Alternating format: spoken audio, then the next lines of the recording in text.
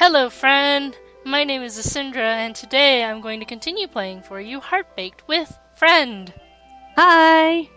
So last time, well, there were many things said that were not nice. Many very rash and nasty things. Yes. Let's see if we can fix it. Oh, please let her fix it. I didn't sleep so well. I sat up in my bed, rubbing my hands over my eyes and staring down at the sheets. All I could think about was apologizing. Should I have tried to find him yesterday? Probably not. Yeah, probably not. He'd probably be too angry. Yeah. I mean, we always argued and we always sniped at each other, but that fight was different. The way he looked at me, There's no use dwelling on it, Amy. Nothing will happen at all if you just sit here moping. With that little pep talk, I threw the covers off, moving to get dressed. I wanted to find Carver before he opened for the day. I couldn't let him go on another second thinking that I paused in my frantic efforts to get out of my sleep clothes, staring at myself in the mirror. Why was I so worried about this? Like I'd said, Carver and I always fought. Different or not, I've never bothered apologizing before. The recipe book on my dresser caught my eye, and I shifted uneasily. Right, I can't make that cake if Carver hates me. Nodding a bit unsurely to myself, I finished dressing and hurried downstairs. I just had to stop thinking and go. I bolted through the kitchen, feeling like the faster I went, the harder it would be for my thoughts to catch up with me. Oof! I slammed into Radley, not having noticed him standing in the way. I stumbled back, but he caught my arm, wrapping an arm around my waist to steady me. Friend, you alright? Yeah, I'm fine. Sorry, There was just no right way to end that sentence. He let me go, and I prepared to start running again before realizing what his presence meant. If he was here already, how late had I slept? Where were you going? He looked around, obviously confused. You haven't started baking yet? I bit my lip, pressing a fist against my head and letting out a sigh. There was no time! I could bake later. Right now I had to talk to Carver. I'm not opening the shop today. What? Why? I knew it must have been weird to him. I never closed the shop, and in the past week I've been closing early nearly every day. But how was I supposed to explain it to Radley? I'd told him about Carver before, but now it seems so much more. I didn't know. But I did know I couldn't tell him why I was so eager to get out. I'm sorry, Radley. I don't have time to talk. What, Amy? I ran out through the shop, bursting into the town square and making a beeline for Carver's. I didn't even make it up to the door, though, before the large closed sign hit me in the face. It might as well have been literally. My pace slowed to a crawl as I swallowed, rubbing at my arms. Okay, closed today. I was sure that this was because of some completely arbitrary reason that had nothing to do with me. I mean, how arrogant would I have to be to just jump to the conclusion that he's out there somewhere too upset to work because of me? Huh. Well, if he's not here, then he's definitely at his house.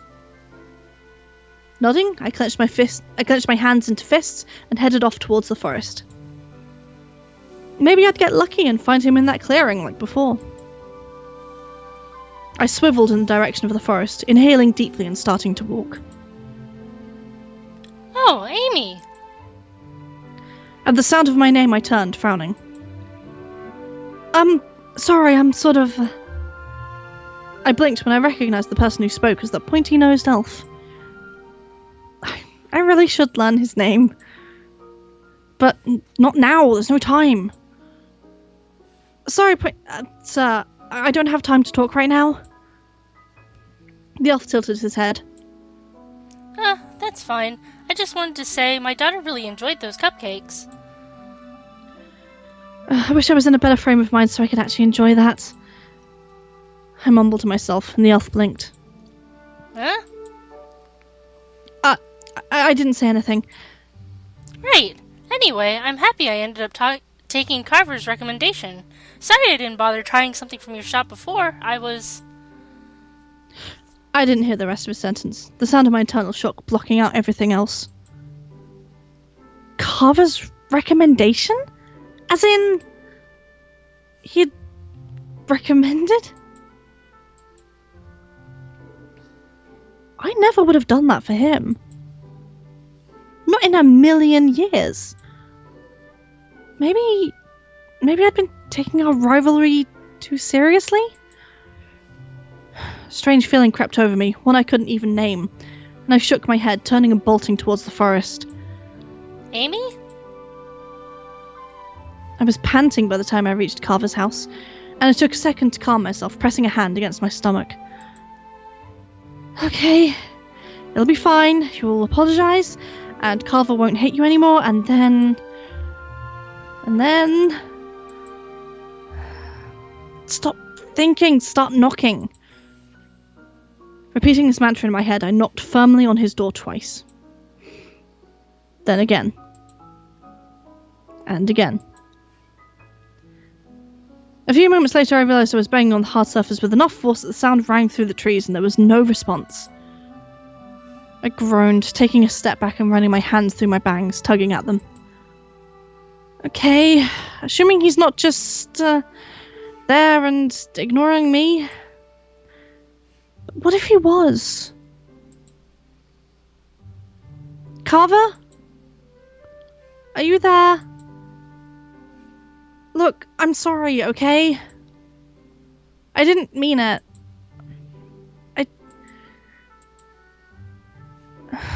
This was pointless.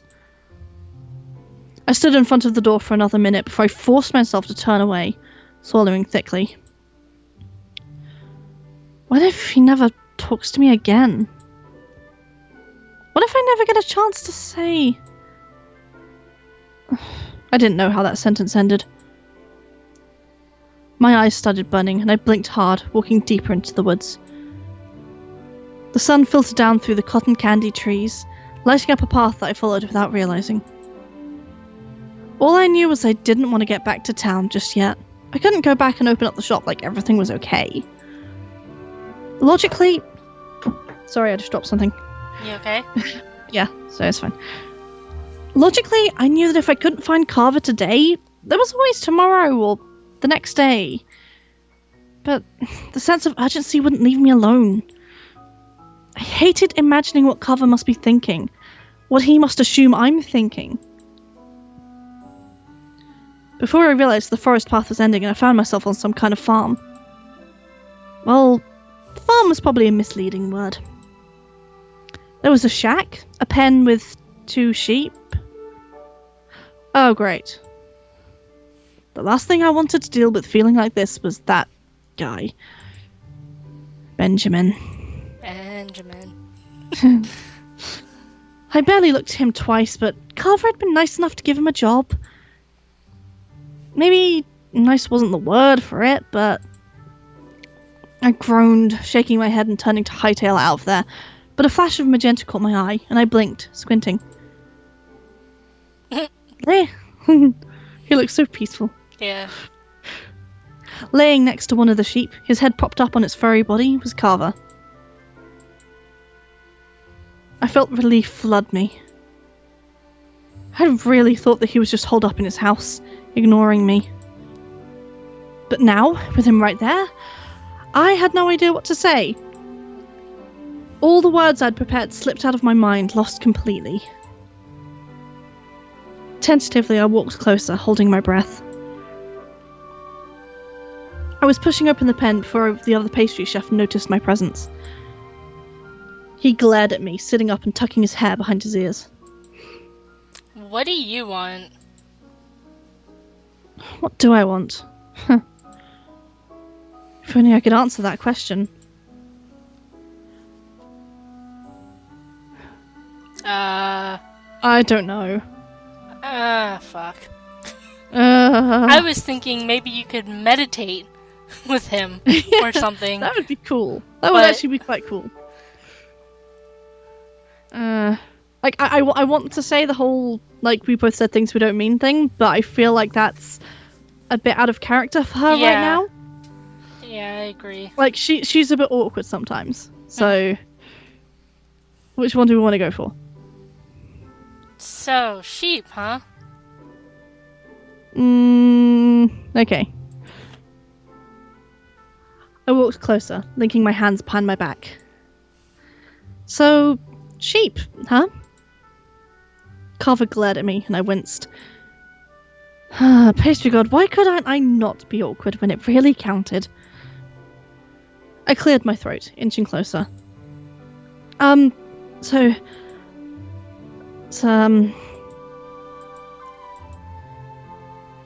was like I'd forgotten how to speak. I felt flustered, my cheeks heating as he stared at me. If you're trying to apologize, you're horrible at it. I winced, letting out a sigh.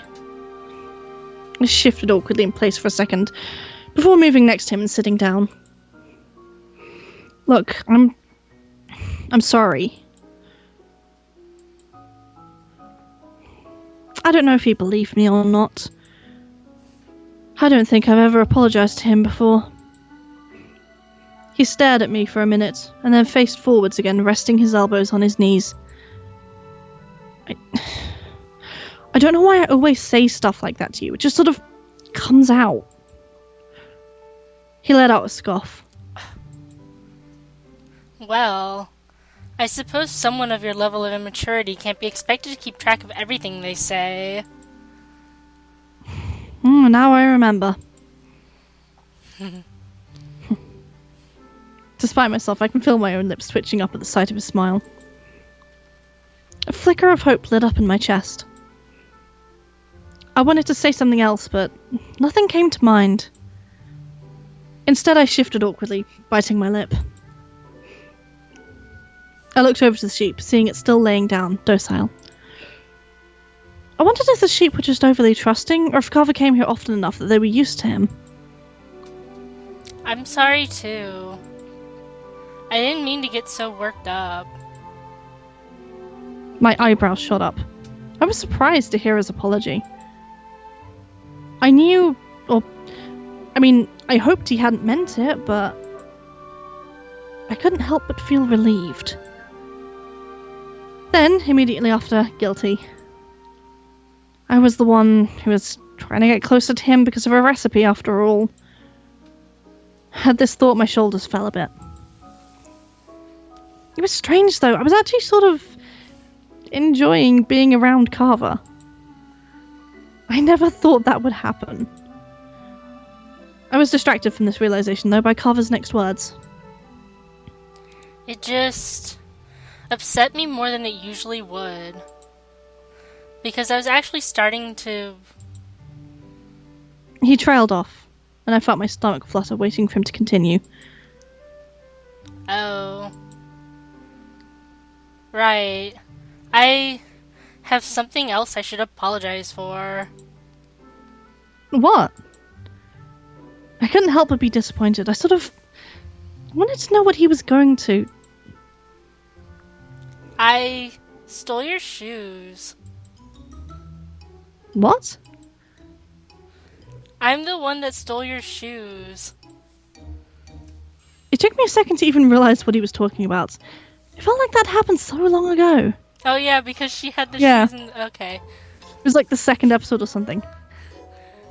And then it took me another second to realize just what was strange about that statement. But an old woman stole my shoes. Suddenly realization hit me. A very short, mannish-sounding old... There was just no way. But from the sheepish look on his face, I knew that the ridiculous notion was apparently true. Carver! I said sorry. Why were you dressed like an old lady? He shifted, idly picking at the grass. People are more willing to give discounts to the elderly.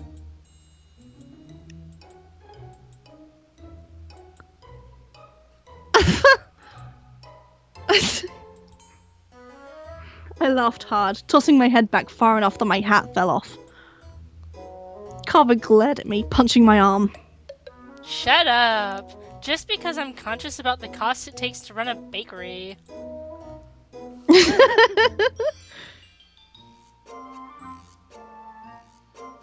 A second later, his chuckles joined mine.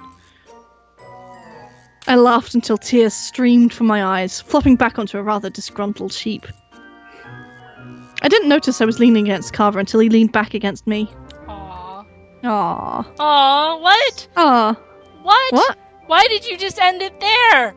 Aww. You didn't even end it to where we were at sleeping. What the hell was that? Clearly she's fallen asleep in the field. They're gonna both wake up tomorrow and have like really aching backs and stuff. And Benjamin's standing over them like, Amy, you have become one with the sheep. Yeah. Fuck. Amy, you is now a sheep. Yeah. Nah. Aw, you're a cute sheep. There. So I don't know, I have no response to that. Yeah. Yeah. That was cute. That was cute. This is cute. It's getting cuter. It is. And It's so adorable. I don't know if we're gonna get to full hearts though. I don't think it's gotten any more, so I doubt it. No. It's okay. We probably picked the wrong thing. It's okay though. We can pick the right things afterwards, and we will get the good ending. Yes. Yes. We So will look show forward to you that. Yeah. So thank you for watching. Friend, do you have anything left to say? Thank you for falling asleep in a field with us, I guess? Yeah. I don't know. Yeah. So I love you. Bye-bye. Bye.